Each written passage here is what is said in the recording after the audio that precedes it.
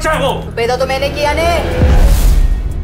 নেটফ্লিক্সের জামতারা সিরিজে নজর কেড়েছিলেন অভিনেত্রী মনিকা পনোয়ার। জামতারা का सबसे अमीर आदमी बनेंगे। এবার হিন্দি ছবির দুনিয়ায় অভিষেক হলো তার। দোকান ছবির মূল নায়িকা হিসেবে দেখা গেছে তাকে। সম্প্রতি এক সাক্ষাৎকারে মনিকা পর্দায় নিজের পছন্দের চরিত্র নিয়ে কথা বলেছেন। দোকান ছবিতে তাকে এক সারোগেট মায়ের ভূমিকায় দেখা গেছে। आईना कैसे देखती है तू? सुरमा लगा के। ক্যারিয়ারের শুরুতেই এমন এক চরিত্রে অভিনয়ের সুযোগ পেয়ে দারুণ খুশি মনিকা। এমন এক চ্যালেঞ্জিং চরিত্রে অভিনয়ের প্রসঙ্গে অভিনেত্রী বলেছেন, মোটেও নার্ভাস ছিলাম না, বরং আমি রোমাঞ্চিত ছিলাম। আমি সত্যি কৃতজ্ঞ যে এমন এক ছবির মাধ্যমে সিনেমার ক্যারিয়ার শুরু করতে পেরেছি।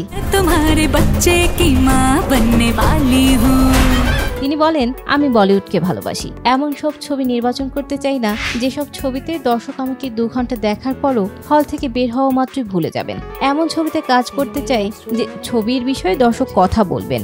এমন চরিত্রে অভিনয় করতে চাই যা দর্শকের হৃদয় ছুঁয়ে যাবে। যদি এরকম ছবি বা চরিত্রের সুযোগ না পাই তাহলে আমি হয়তো বলিউড ছবি থেকে নিজেকে দূরে রাখবো। আমি এই মানসিকতাতেই বড় হয়েছি। अरे करंट लग जाएगा। करंट को करंट लगता है क्या?